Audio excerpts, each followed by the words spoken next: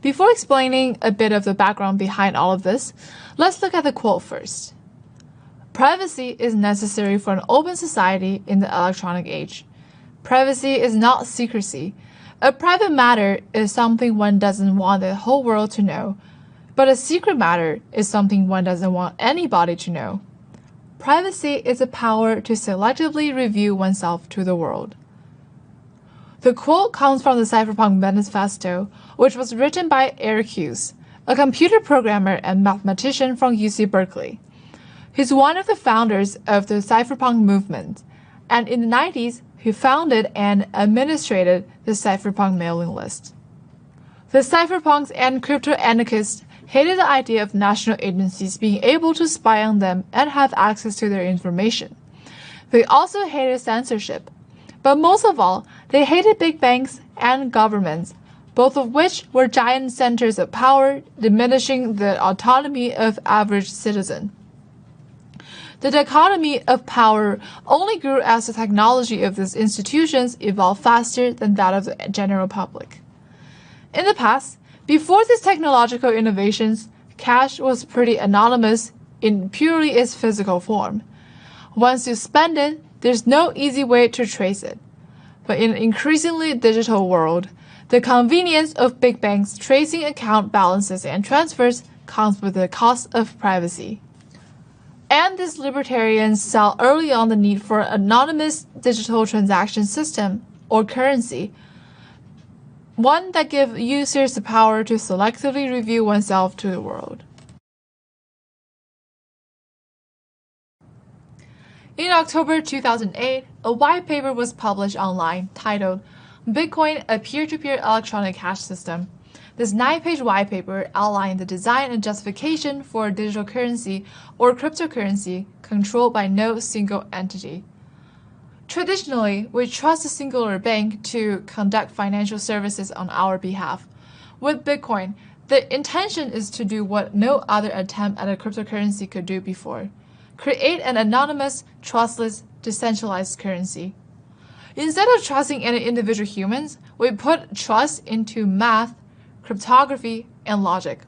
We trust the Bitcoin protocol, even if we don't trust any individual in the network. This cryptocurrency relies on computational power to cast votes. As mentioned earlier, this is called proof of work. And as we have seen earlier, the idea of solving a cryptographic hash puzzle was also used in Hashcash. Satoshi wrote in the white paper that this is meant to enforce a one CPU, one vote system, such that every computer only has the ability to cast one vote in the consensus process. This is different from the traditional one identity, one vote process used in government elections, because we can't assume that each real-world identity has only one digital identity. In addition, each person maintains their own identity through public and private keys, authenticating themselves through blind signatures, which was introduced by David Chang from DigiCash. This ensures that every user maintains their own privacy until they voluntarily choose to reveal themselves. In Bitcoin, every full node maintains their own copy of the blockchain, similar to how in B-Money's protocol, every participant maintains their own individual database to keep track of how much money belongs to each user. Bitcoin was designed to be a deflationary currency, meaning that there will only be a limited amount of Bitcoins that will ever exist, specifically 21 million. Every miner gets a block reward for finding a block, but this block reward decreases over time. It began at 50 Bitcoins and is half every 210,000 blocks. Eventually, the block reward will become 0, at which point 21 million Bitcoins will have been minted. Interestingly enough, Satoshi chose to include a message within the first block of the Bitcoin blockchain. This information is a powerful glimpse into the mentality and motivations of Satoshi Nakamoto. As we will discuss further in the next module, the Coinbase transaction gives the miner a block reward. This particular transaction has empty space into which extra information can be included. Satoshi chose to reference a story in the Times of London mentioning a chancellor bailing out a bank. As we can tell from several posts and comments made by Satoshi, he was not fond of the modern banking system, particularly fractional reserve banking. Bitcoin's design aims to eliminate these issues. During this first year, people sent Bitcoins to each other out of interest, playing around with the software. And during this time, however, Bitcoins were never exchanged for any tangible good. And then in May of 2010, this post showed up in the Bitcoin Talk forum. Feel free to pause the video and read through the post, or follow the source link. So, in the post, we see that in it, a man named Laszlo Hanix asked for pizza in exchange for 10,000 Bitcoins. And on May 22nd, 2010, he received a $25 worth of pizza in exchange for his Bitcoins.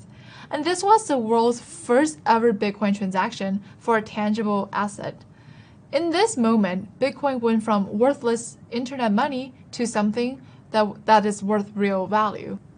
As a fun fact, as of March 15, 2018, the pizza that he ordered are now worth $81 million. And here's Laszlo's reporting back on the forum about the pizza's safe delivery.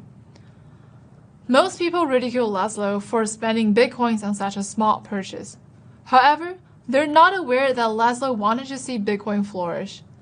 Before this purchase, the idea that Bitcoin could be used to purchase real-world goods was ridiculous. For most people, mining Bitcoin was merely a hobby. This purchase validated the use of Bitcoin for its original purpose as a currency actually used for buying goods. So, in a way, by trailblazing the currency's use, Laszlo is a hero to Bitcoin enthusiasts.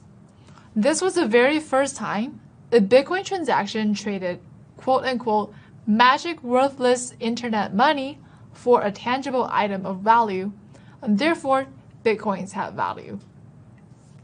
However, it's not like Bitcoin were worth that much when Laszlo spent them on pizza. It took years of development and spread before Bitcoin became accepted as legitimate technology. Yet it still got a way to go before reaching worldwide legitimacy. As Bitcoin started to gain popularity, it quickly picked up a bad reputation due to its focus on privacy and decentralized nature. Regarding privacy, the difficulty of tying digital signatures to the real-world user posed issues in some situations. On top of that, because Bitcoin is decentralized, there is no central entity to fix any mistakes that happen within the blockchain. If someone found your private key and stole your funds, no one else can give you your stolen funds back to you. Early Bitcoin was thus often the target of scandals, hacks, and illegal activity. Early stages of Bitcoin, there existed no exchange for trading between Bitcoins and regular currencies. In 2010, Jed McCaleb turned his domain mountgox.com into a Bitcoin exchange website. What was originally the Magic the Gathering online exchange, where players of the online game Magic the Gathering Online traded cards like stocks, quickly became one of the largest Bitcoin exchanges during the early stages of Bitcoin. Keep in mind an issue with this exchange. It's a central point of failure, and its popularity drew a lot of negative attention. On June 19, 2011, it was discovered that a hacker was using a Mt. Gox auditor's computer to siphon an abundance of Bitcoins to themselves. Mt. Gox was subsequently shut down for 7 days to investigate the situation. It received several lawsuits, some of which are still being disputed. Despite this breach of security, people kept on using Mt. Gox. For a while, it seemed like all was well. By 2014, Mt. Gox was handling up to 70% of all Bitcoin transactions, way too much for what the infrastructure could handle. In February 2014, Mt. Gox announced that it had lost 744,408 of its customers' Bitcoins in an ongoing theft that had gone unnoticed for years. By the end of the month, Mt. Gox filed for bankruptcy. Meanwhile, in the depths of the dark web, Bitcoin was used to purchase drugs. In February 2011, the website Silk Road opened, quickly earning the reputation of the anonymous eBay of drugs. It was led by a man named Ross Ulbricht. Silk Road leveraged Tor, an anonymous networking protocol, and handled transactions using Bitcoin. This combination made it difficult for users' online identities to be linked back to their real-life identities. Because of this, drugs in the black market quickly became the primary use case that came to mind when anyone mentioned Bitcoin. Even to this day, Bitcoin is tainted with this association. In October 2013, the FBI shut down Silk Road. Ross Ulbricht was sentenced to life in jail, and the FBI seized upwards of 26,000 bitcoins, worth $3.6 million at the time.